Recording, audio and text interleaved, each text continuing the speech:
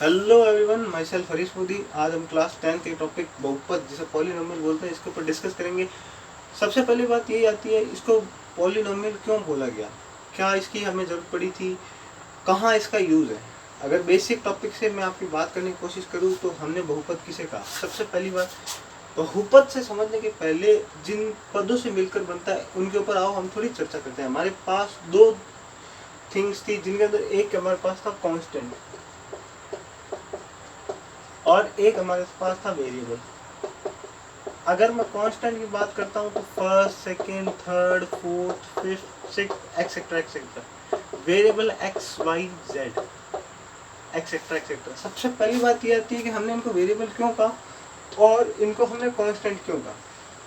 Common सी बात यही है कि इसकी वैल्यू को हम अज्यूम करते हैं। Let x equal to may be 1 हो सकता है, 2 हो सकता है, 3 हो सकता है, 4 हो सकता है, 5 हो सकता है, एक्सेट्रा एक्सेट्रा। बट कांस्टेंट की वैल्यू फिक्स ही रहेगी। 1 की वैल्यू 1 ही रहेगी, 2 की वैल्यू 2 ही रहेगी, 3 की वैल्यू 3 ही रहेगी, 4 की वैल्यू 4 रहेगी। अब इनसे हमने क्या बनाया, बहुपद पॉलिनोमियल। पॉलिनोमियल को किस फंक्शन के ऊपर लिखते हैं, जैसे कि मैंने लिखा इनसे सेट करके ax² plus bx plus c equal to 0। Second order equation बोल दो, क्वाड्रेटिक इक्वेशन बोल दो। सेकेंड ऑर्डर इक्वेशन आप जिसे बोलते हो, यहाँ पे हमारे पास a, b एंड c, ये क्या है सर? कांस्टेंट है। यहाँ पे कांस्टेंट ना बोलकर हम इनको कोफिशिएंट बोलते हैं। आई बात समझ में? कोफिशिएंट ऑफ x, जो भी आपका वेरिएबल होता है वो होता है। यहाँ पे हमारे पास वेरिएबल x है और ये फंक्शन के फॉर्म में लिखा जाता है fx equal to ax² plus bx plus equal to 0। This is basic equation, right या रॉन्ग, ऑफ सेकेंड ऑर्डर। अब इस चीज को हम समझते हैं कि इससे हमने इक्वेशन फॉर्म की, वो इक्वेशन हमारे कहाँ यूज है। बेसिकली पॉलिनोमियल्स का यूज या इसकी इक्वेशंस का फॉर्म यूज जो हम करते हैं, खासकर हम डायरेक्शंस के अंदर करते हैं। हमारे पास 3 एक्सिस होती है, x axis, y axis, z axis. उन डायरेक्शंस ज्योमेट्री के अंदर हम जब मेंशुरेशन लेते हैं, एक्स एक्सिस का x axis, y axis and z axis, इनको हम अज्यूम करके सॉल्व करते हैं। जैसे कि पृथ्वी से कोई सैटेलाइट भेजा गया तो उसकी डायरेक्शन डिस्टेंस मेजर करना कि उसने कितनी डिस्टेंस ट्रेवल की है, वो सारी ज्योमेट्री से मेजर होती है। उसके अंदर हम वेरिएबल्स लेते हैं according to direction x, y and z. उन इक्वेशन डिस्टेंस के बीच में रिलेशन इन इक्वेशन की हेल्प से निकाला जाता है, इसलिए हमें इनकी यूज की जरूरत पड़ी। अब सबसे पहले ये आती है टाइप्स ऑफ इक्वेशन कौन कौन सी, आओ देखते हैं।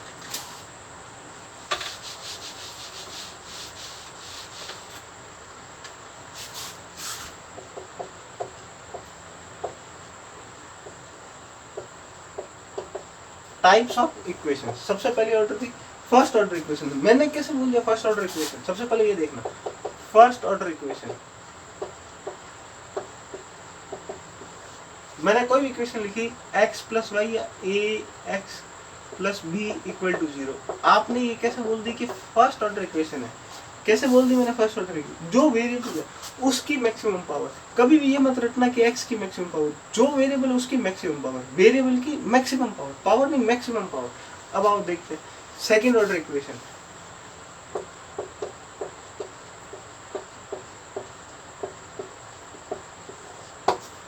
इसी को मैंने एक वेरिएबल बनाया, ये क्या था? कांस्टेंट। ax² फॉर्म के अंदर एज पर ax² plus bx plus c equal to 0। Yes या नो, राइट? जो वेरिएबल है यहाँ पे, वेरिएबल कौन सा है? x। इस x की मैक्सिमम पावर कितनी है?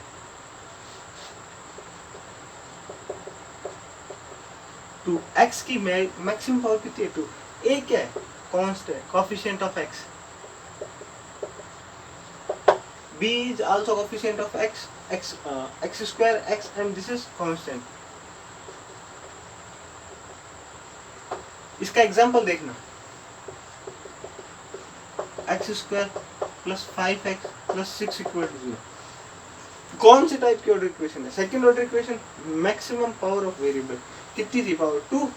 इसलिए इसके जो जीरोज आएंगे उसका भी मैं थोड़ा आपको बता दूंगा, जीरोज क्या होते हैं वो आपको बता दूँ। पहले ये देखो, X square plus 5x plus 6 equal to 0, क्या ये इस फॉर्म की थी, A x square plus B x plus C equal to 0? थी कि नहीं थी? बिल्कुल थी। तो हमने ये इससे कंपेयर करके देखो, यहाँ पर एक कांस्टेंट है जिसके आगे कोई नहीं, उसका कांस्टेंट कितना होता है, एक कोफिशिएंट एक। यहाँ पे x का कोफिशिएंट कितना है 5 और c की वैल्यू कितनी है 6। अगर इसको हम पुट करके देखें तो a की वैल्यू कितनी है 1, b की वैल्यू कितनी है 5 एंड c की वैल्यू कितनी है 6। बोलो यहाँ तक किसी को दिक्कत है नहीं है? x क्या है, हमारा वेरिएबल है, x हमारा वेरिएबल है। ये थी सेकंड ऑर्डर इक्वेशन। अब देखो इसको थोड़ा सा और एक्सटेंड करते हैं, ठीक है? यहाँ तक सबने नोट कर लिया, अब मेरी बात ध्यान से सुनो। अब मैं आपको इसके आगे वाली इक्वेशन बता रहा हूँ।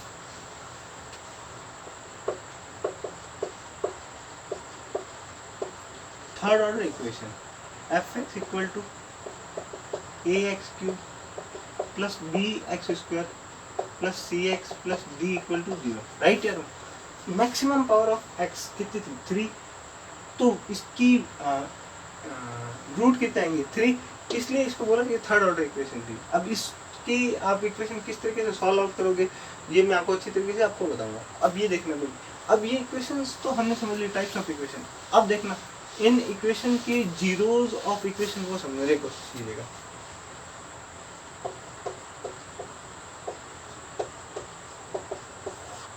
जैसे कि हमने सेकेंड ऑर्डर की इक्वेशन की बात की कि f x equal to a x square plus B x plus C equal to 0, yes या नो? मैंने आपके सामने एग्जांपल लिया था कि x square plus 5x plus 6 equal to 0, yes या नो? राइट है। द्विघात इक्वेशन है आपकी इक्वेशन में, बोलूँ तो फॉर्म के अंदर क्वाड्रेटिक इक्वेशन है, सेकंड ऑर्डर इक्वेशन है, कुछ भी बोलो, द्विघात इक्वेशन है। अब मेरी बात ध्यान से सुनना। अब इस इक्वेशन को सॉल्व आउट किस तरीके से करते हैं? सबसे पहले आता है इसमें जीरोज ऑफ इक्वेशन। क्या है जीरोज ऑफ इक्वेशन? जिनकी वैल्यू पुट करने पर ये इक्वेशन को सेटिस्फाई करे। कैसे? आओ वो चीज समझ, जीरोज बोलो या रूट बोलो,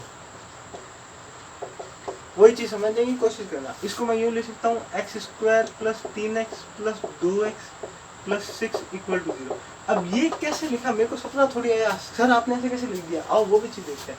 multiplication of this and this coefficient 6, यहाँ पे कैलकुलेशन साइड में बताता हूँ, 6 इंटू 1 इक्वल टू 6। एडिशन करने पर बीच वाला नंबर आना चाहिए। कितना है एडिशन, कितना है? ये क्या है? मल्टीप्लीकेशन। ये क्या है? एडिशन। एडिशन कितना है सर? 5। सर क्यों किया, कौन सा सपना है वो भी बताएंगे जब मैं आपको ये चीज समझाने की कोशिश करूंगा कि फॉर्मेशन ऑफ क्वाड्रेटिक इक्वेशन। अब देखना मेरी बात ध्यान से सुनना। मैंने इसको ब्रेक किया। सर कैसे ब्रेक कर लिया? मेरे को तो 3 और 2 याद ही नहीं है। चलो कहते हैं अभी छोटे टुकड़ों में याद हो जाएंगे, बड़े टुकड़ों में याद नहीं है, तो अब उसका भी सिस्टम होता है। आप मल्टीप्लीकेशन करने पर कितना है 6 इंटू 1, यहाँ पे लीजिए 6, इसका एल्शियम लीजिएगा, समझ में आई? 2 इंटू 3, फैक्टर्स कर लो, जो भी मल्टीप्लीकेशन आ रहा है उसके फैक्टर्स कर लो। अब ये मैंने इक्वेशन रखी, इससे क्या था, x मैंने कॉमन लिया, अंदर क्या बच गया x प्लस 3 प्लस मैंने 2 कॉमन लिया, तो यहाँ पर भी x प्लस 3 बच गया। बच गया था कि नहीं बच गया? बच गया ना। अब मेरी बात ध्यान से सुनना कि x प्लस 3 इक्वल टू 0 और x प्लस 2 इक्वल टू 0, दो रूट्स आएंगे क्योंकि इक्वेशन की पावर 2 थी, सेटिस्फाई करेंगे। देखना x बराबर -3 और एक -2, ये चीज समझ में आई? ये नहीं आ गई सर। दो रूट्स या दो जीरोस, अगर मैं इनकी वैल्यू इनके ऊपर पुट करते हैं, अब देखो इसका प्रूफ, अगर मैं इनकी वैल्यू इनके अंदर पुट करता हूँ तो ये इस इक्वेशन को सेटिस्फाई करते हैं। आओ कैसे मैं देखता हूँ।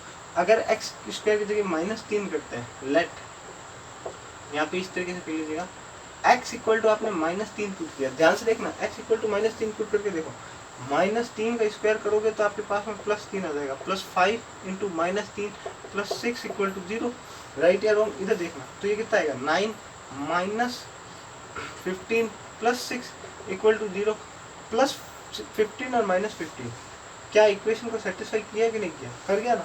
जीरोज वो होते हैं जो इक्वेशन को सेटिस्फाई कर देते हैं, वो वैल्यू जिनको पुट करने पर इक्वेशन 0 बन जाए। सिमिलर ये देखिएगा, x इक्वल टू -2 पुट करके देखो। आओ देखो x इक्वल टू -2 पुट करते हैं तो -2 का स्क्वायर किया आपके सामने मैंने, उसके साथ में कितना किया +5 इंटू -2 प्लस 6 इक्वल टू 0।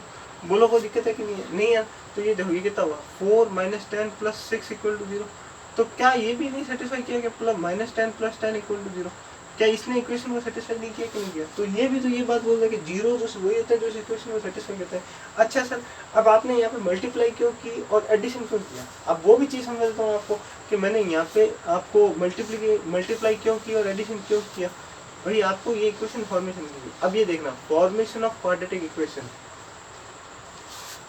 आपको एक चीज समझने की कोशिश करनी है। अब देखना,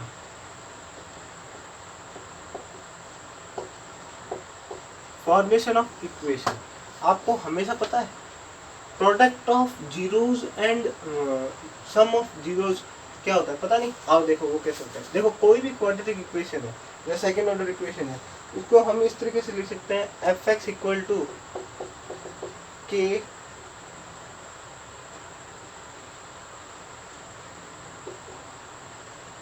x square plus alpha plus beta, आपका वेरिएबल एक्स प्लस यहाँ पे अल्फा बीटा का मल्टीप्लिकेशन। ये चीज समझ में आ गई?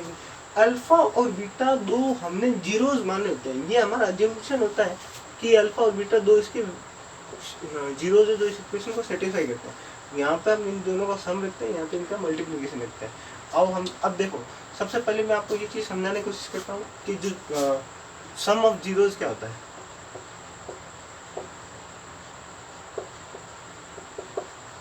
ऑलवेज ध्यान रखना, माइनस एक्स का कॉफिशिएंट जो भी था आपका, ठीक है, कॉफिशिएंट ऑफ एक्स अपॉन में एक्स स्क्वायर का कॉफिशिएंट।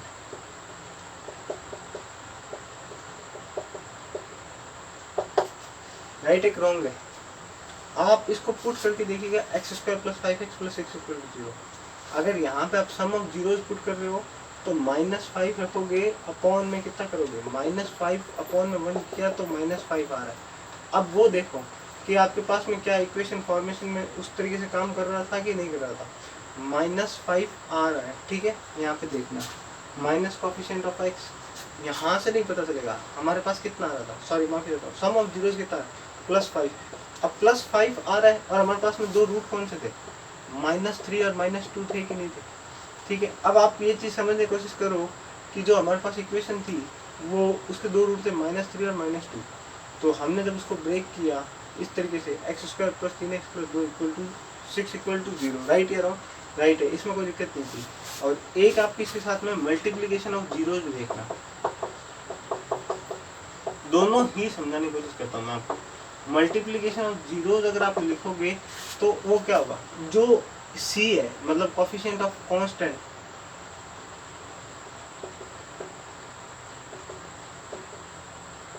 नीचे कोफिशिएंट ऑफ एक्स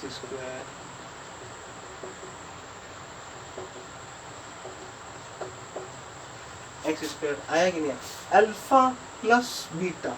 देखना, -3 और -2, -5 अगर यहाँ पे पुट करोगे उसके बाहर में माइनस है तो क्या ये +5 नहीं हो जाएगा?